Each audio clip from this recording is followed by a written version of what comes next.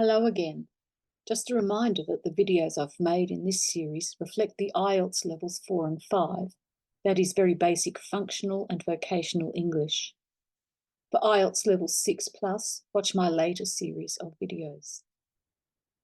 To achieve success by the end of this series of videos, you should be able to use a minimum of 250 words, both written and spoken, as conversational Australian English. This would deem you to be competent at a vocational level, IELTS equivalent of 5. Focus here must be on coherence and cohesion, lexical resources, grammatical range and accuracy, fluency, pronunciation and response, use of varying levels of Australian English, that is slang, colloquial, informal and formal, as the situation and topics of the conversations dictate. In earlier videos, we learnt the vocabulary associated with generations and family relationships, an overview of the education from birth to adulthood in Australia, and some tourist places of interest. In this video, we'll be focusing on the vocabulary associated with major cities and towns. Major cities and towns in your country of origin. Conversation theme. This is a continuation of the conversation in the previous video, but focusing on a particular place, city, rather than a particular guided tour. There will be a lot of overlap here. I'm going to talk about Sydney. Vocabulary. Population. Types of industries. Manufacturing. Scientific. Technology. Cost of living. Employment and unemployment. Education availability. Mandatory age or not. I'm going to talk about the quite brief history of the city of Sydney, New South Wales, Australia. The country of Australia was originally a part of the landmass that was known as Pangaea many millions of years ago. It then became a landmass that separated from this and became known as Gondwana land, again many millions of years ago. About 60,000 years ago, humans migrated across what was then the land between New Guinea and Australia, and they became our first known indigenous population, now known as Aboriginal Australians. There is some evidence of their settlements in Australia, mostly in the form of artworks in cave drawings, some evidence of collection of shells as ceremonial activities, but also through stories passed down through generations.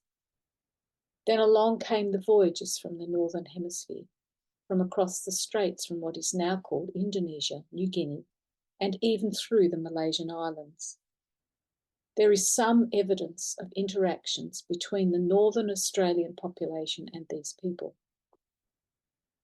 Later on, in the 1600s, there was contact with the Dutch explorers and even later the French explorers. Then in 1770, the British sailed into the Australian waters and mapped some of the coastline. In 1787, the British sent the ships of the First Fleet here under the guidance of the then Captain Arthur Phillip.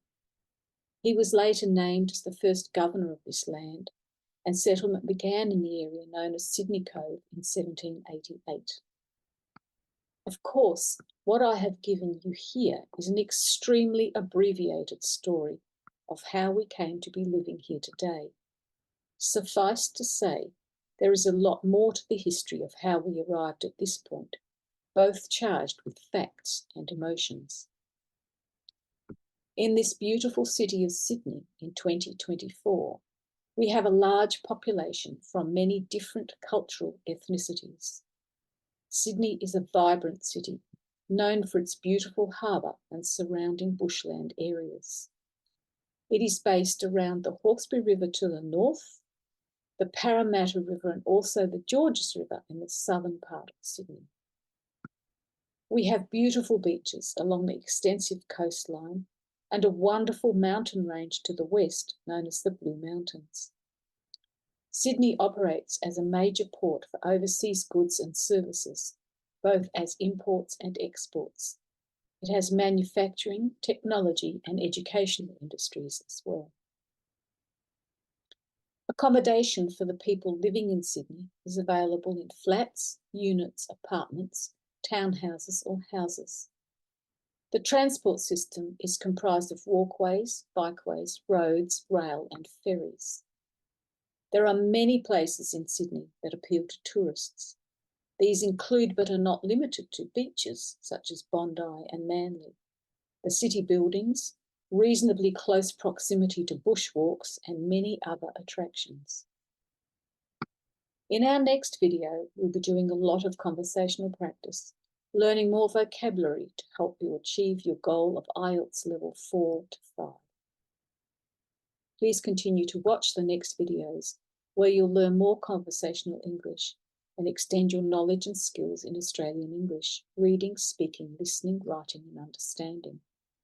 And can I ask you, if this content has been helpful, would you please subscribe to this channel? Many thanks, and hope you get to Australia one day.